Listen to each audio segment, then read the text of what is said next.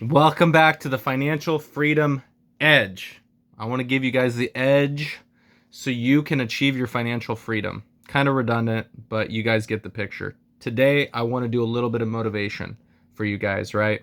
I want to self-reflect through my life journey, and I hope that it motivates you guys and gives you guys a little bit of passion, a little bit of like excitement to kind of move forward and keep pressing whatever you're dealing with right now.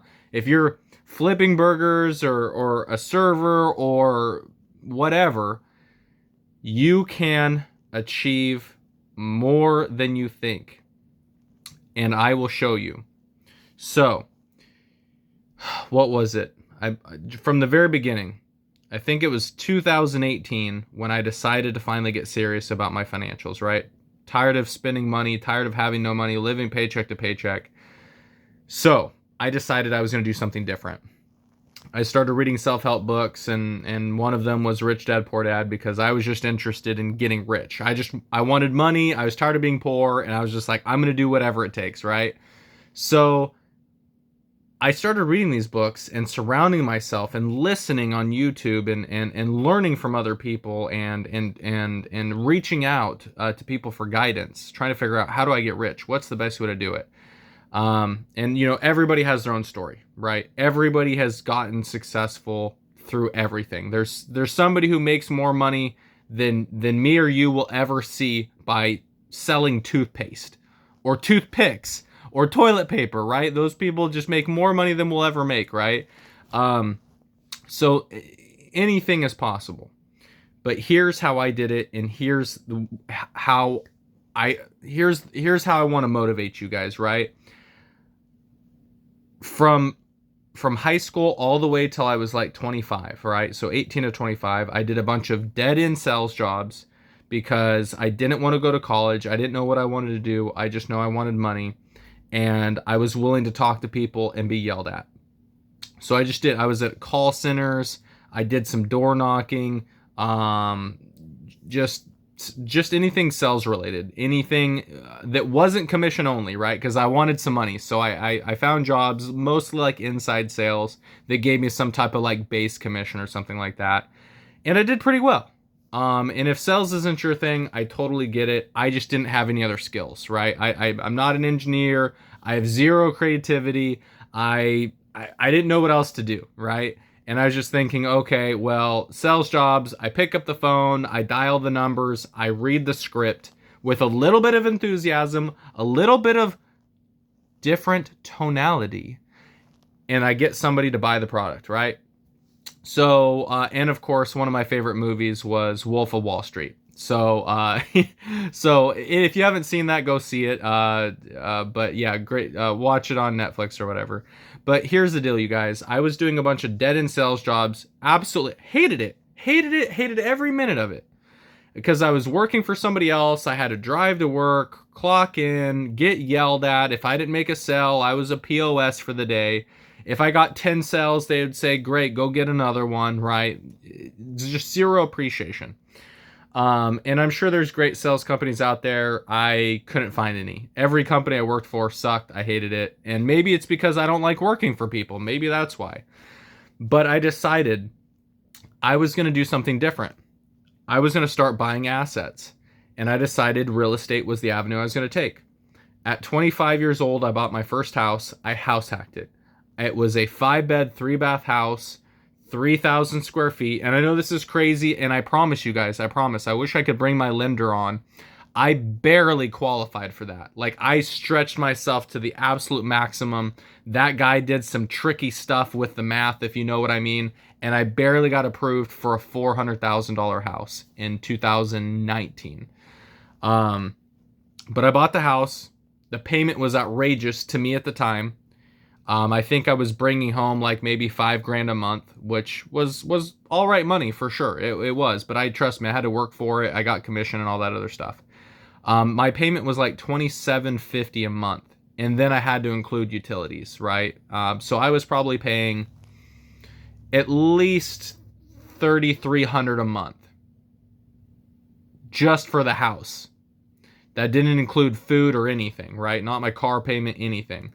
out of my 5 grand. Gone. But I had a plan. I decided, what if instead of me living in this huge house that I didn't need, I would rent out the rooms? And that's what I did. I rented out each bedroom except for the one I was living in, which was the main primary one. So I had my own bathroom. I was renting out all the bedrooms for anywhere between $700 and $750 a month. And I learned a lot. I rented to some people I shouldn't have rented to. I figured out, you don't rent to friends. You don't do business with friends. I learned about lease agreements and how to ask people to leave and all kinds of stuff. While I was still working the sales job that I hated, I was now a property management landlord in my own house. And I was collecting rents. I was doing Venmo. I was doing Cash App. I was taking actual cash. I was doing cashier's checks. It was crazy, right? No systems at all. So I developed systems over time through trial and error and from reaching out to other people and saying, hey, what do you use, right? How do you do this? How do you manage rent by the room? How do you manage your houses? How do you manage your multifamilies, right? I was reaching out to people. I was jumping into Facebook groups and different things like that. I've never paid a mentor. Thinking back, it might have been worth it. I've never paid anybody, but that's okay. I don't know everything either, and I've made a bunch of mistakes. And you know what? Shoot, man, maybe if I had to pay somebody $1,000 and they would have told me everything I shouldn't have done, I would probably go back in time and pay that $1,000 if I didn't have to make all those mistakes myself. But I'm hard-headed. I had to learn the way I had to learn. And maybe you're that way too. So I used that money that I got from the other tenants to pay the mortgage. And I saved as much money as I could, right? So now I just spent a bunch of money buying the property, almost all the money I had to my name. I had like $20,000 that I'd saved up. $15,000 went to the down payment, and the rest of the money I used to like fix up the property and paint things, make it look nice for renters, right? So I did that. And then I started taking all the money from everybody else, paying most of the mortgage, not even all of it. I wasn't even living for free. I still had to pay like maybe $500. But I was living in my own house for $500, building equity, paying the asset down, and hopefully appreciating over time. Which I can tell you now forward, right, from 2018 to now, or 2019 or whatever, it has gone up in value, and I'm very grateful for that, and that has added significantly to my net worth.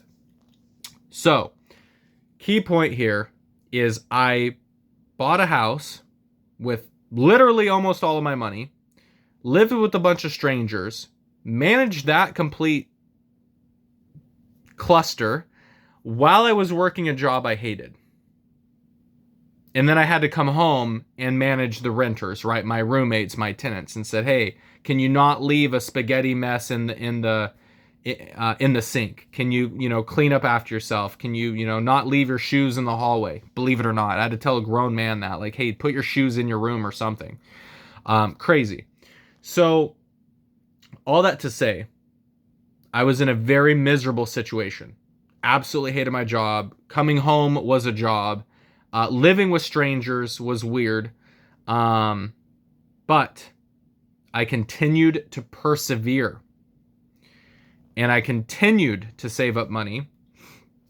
And luckily, now that my housing expense had gone to almost zero, I mean, it's like $500, I was able to save save way more money now, right? I was getting that $5,000 check. I was keeping like $4,000 of it, right? Because I needed a little bit of food and to pay my part. So I was saving like $4,000 a month. So times that by 12, right? And then, I was making money on the side, right? On the weekends, I was working extra as well, doing landscaping stuff. So I was pocketing all the money I could. And after about a year and a half of that, I think it was maybe 20 months, 24 months, somewhere between 18 and 24 months, I was able to save up enough for another down payment. And this was right in the middle of the pandemic. So I paused for a while. I lost my job, got on unemployment, figured out what I was going to do with my life for another 6 months, ended up getting another job working with real estate investors, wholesaling for them, using my sales skills. I didn't really like it, But it got better, right? Because I was doing it from home, and I was doing it in an industry that was interesting to me, which was real estate. So I got to learn a lot from them. I got to learn about deals, ARVs, repairs, negotiating directly with sellers, finding off market properties, the different type of marketing you can do, what's a good deal, what's a bad deal, right? I was learning while I was getting paid, which was awesome. But I still had to cold call 8 hours a day. Hated it, but I was doing it from home, so it was a little bit better. But then I was able to, again, save up the money, buy another property, bought a fourplex. Now I moved out of the house into the fourplex. Now, again, I'm renovating, fixing things, kicking tenants out, holding people accountable. No, you can't, smoke inside your unit. No, you can't have 20 people over in a house party. You got to pay your rent on time. I had to raise rents, which is always a terrible conversation because I'm now living at the fourplex and telling everybody else, right? I'm like living with my renters and saying, hey, now you got to pay me more, right? So not a fun conversation. When I see them in the parking lot, wasn't really fun. But, I think they understood their rents were low. Nobody was like mad at me, you're right? But I'm sure they weren't happy about it. And then, when I moved out of my room, right, I had to, paint that room, had to screen tenants again, try to find somebody to take my room, make sure that all the people who are living in the house weren't killing each other and causing damages and stuff, and while managing this other property, while working, again, just cold calling all day long. So I know this may not sound super inspirational to you guys, but I went from doing a job I absolutely hated to having an asset, to having a second asset, to now having a third asset. And now I have so many more opportunities available to me, right? Now I'm working for more money than I ever have. I'm still working, right? I'm not retired. I'm not a multimillionaire or anything, right? I'm still doing the thing.